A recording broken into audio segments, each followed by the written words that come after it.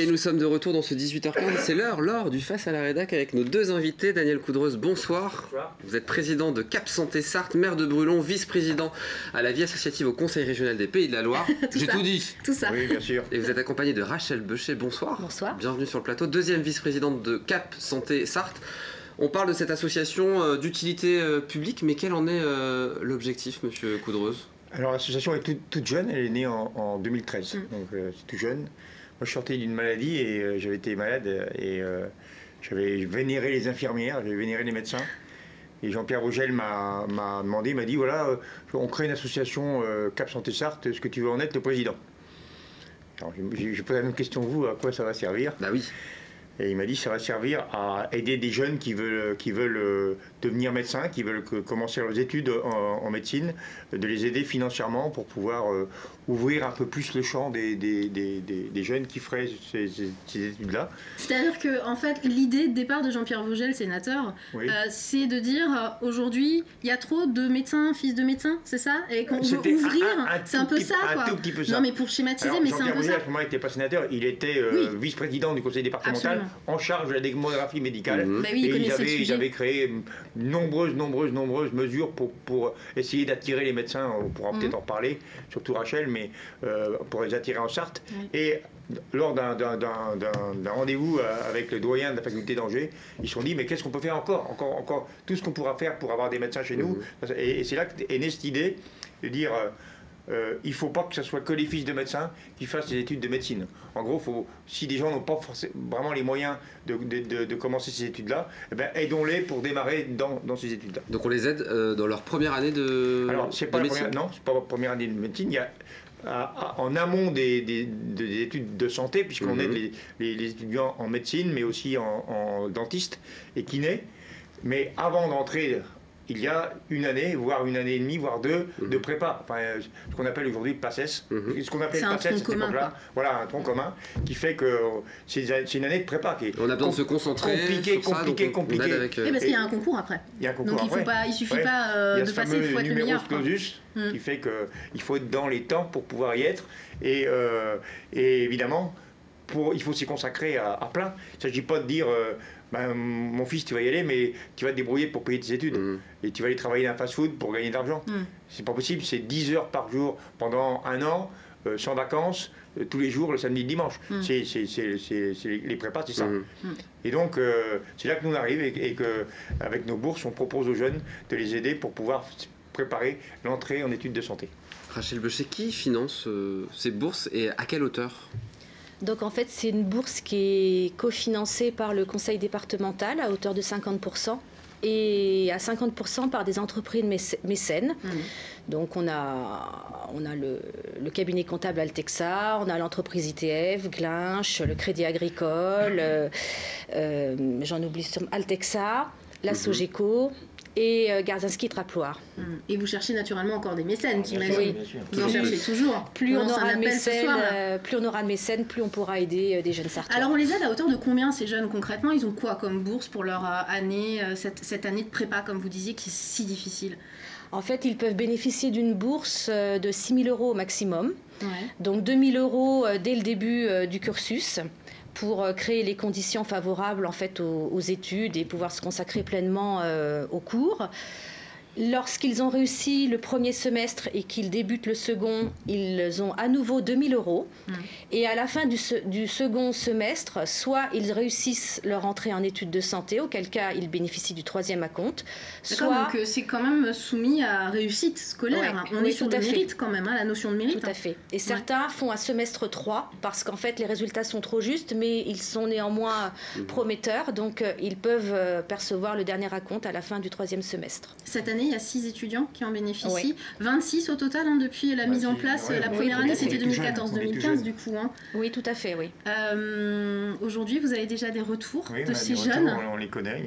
Vous les connaissez tous, les on 26? les suit, on essaie de les suivre parce que le problème, c'est que pour nous, c'est un pari. On ne peut pas leur dire on vous donne 6 000 € et vous venez vous installer en Sarthe.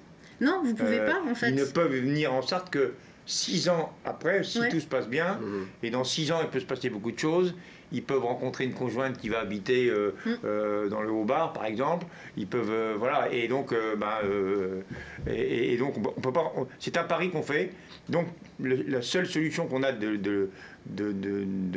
d'avoir un espoir de les faire revenir, c'est de les suivre. Donc on les suit, quand ils sont rentrés, on les suit, on leur demande où ils en sont, si ça se passe bien, s'ils veulent nous rencontrer, s'ils veulent rencontrer des médecins, puisqu'on a créé un pool de médecins référents, un peu un système de parrainage, qui ne marche pas forcément bien, parce que c'est compliqué à un jeune de dire, même si le jeune, on avait un jeune il y a 2 ans ou il y a 3 ans, qui avait le numéro du chirurgien, il avait son numéro de portable. Le chirurgien avait le numéro de portable du jeune. Ils se sont vus lors de l'attribution des bourses. Bon, ça, on va se téléphoner, mais de là à appeler un chirurgien pour dire à quel moment je l'appelle, le chirurgien, il a d'autres... et donc, c'est pas facile. Mais on s'est aperçu quand même que les jeunes qui avaient un parrainage qui fonctionnait bien, ils étaient un peu avantagés quand même. Le parrain, il arrive surtout au moment où il y a un peu du mou, il y a un peu de difficulté, il y a le moral qui n'est pas bon, c'est compliqué. Et donc là, c'est là que ça peut jouer. Oui, il peut y avoir un suivi quand même. Donc on essaie de les personnalisé. suivre. Alors les résultats, on les a aujourd'hui. Sur les 26 qu'on a parrainés depuis le départ, on a 5 étudiants en médecine. 5. Bah, on va peut-être dire que c'est pas beaucoup, mais pour nous c'est beaucoup. Si ces 5-là reviennent en Sarthe, c'est pas mal. On a 4 étudiants en pharmacie. Alors eux, pour nous, ils ne sont pas perdus, au contraire, c'est bien. Ils sont toujours mais nous, on aide que médecins, dentistes et kinés. On a 2 étudiants qui sont en IFSI pour être infirmier ou infirmière. Une étudiante en ergothérapie.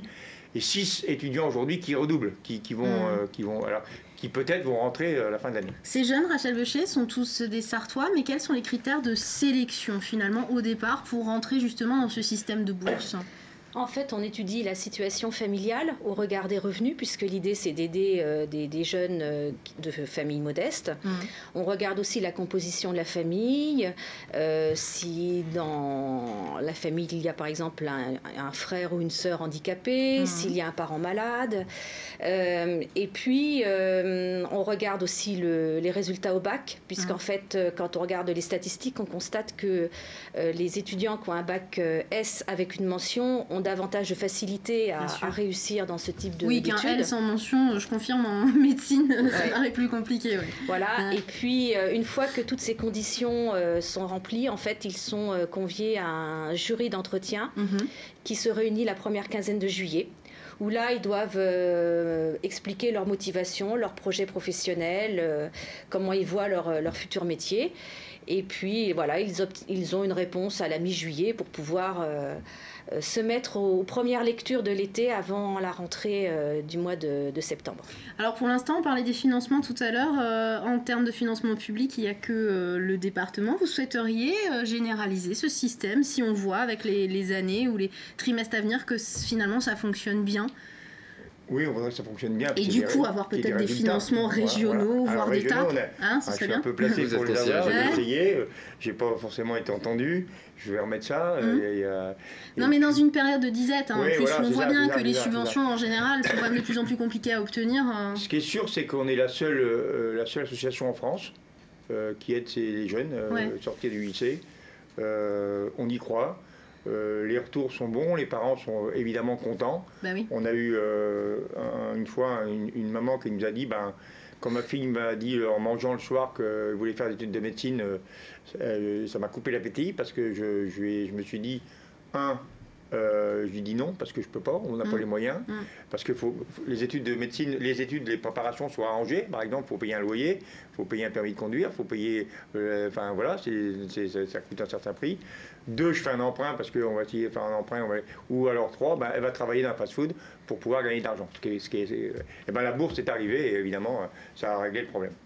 Donc, on est assez satisfait de ce qu'on fait et on voudrait bien l'étendre effectivement. Et pourquoi pas l'étendre au niveau national, puisque si ça fonctionne... Si aujourd'hui on est un jeune lycéen, on est en terminale et on souhaite poser candidature auprès de... On fait comment concrètement oui, concrètement, c'est le moment, c'est le plein moment. Là, c'est le moment. Voilà, Rachel, donc en fait, il faut soit aller sur notre page Facebook, Cap Santé Sarthe, soit sur notre site Cap Santé Sarthe, télécharger le dossier de candidature avec l'ensemble des pièces administratives nécessaires et nous renvoyer tous ces documents avant le 15 juin. Tout simplement. Voilà. Ou nous passer un coup de fil si certains ne sont pas à l'aise, mais ce que je ne crois pas, avec l'outil informatique. Voilà, nous passer un coup de fil et puis on poste le dossier par voie postale. Bon, on aura peut-être réveillé certaines vocations ce soir. Eh bien, pourquoi pas, ouais. Alors, le département fait un gros travail là-dessus au niveau après nous une fois que ils aident à l'installation. Ouais, l'installation, avec des conventions pour pouvoir. Aujourd'hui, on a les chiffres qui viennent de sortir. Je veux dire, 93 médecins manquent en Sarthe, 93 médecins généralistes, 109 chirurgiens dentistes manquent en Sarthe, et 57 master kinésithérapeutes. Plus on sera à s'occuper de cette démographie médicale, plus on arrivera à enrayer ce phénomène. Et bon, on suivra évidemment les actions de l'association et espérons ces jeunes qui s'installeront peut-être d'ici peu. Nos futurs médecins. Nos futurs médecins en Sarthe. Merci en tout cas. Le premier médecin qui s'installe en Sarthe grâce à nous, pour venir faire un reportage. Ah bah oui, évidemment. On reste sur le plateau, vous en avez l'habitude maintenant. Merci en tout cas à vous deux d'être venus sur le plateau de LMTV et c'est la fin de ce Face à la Rédac. 18h15 cette semaine avec l'entreprise Malherbe qui vous accompagne au Mans depuis 1905.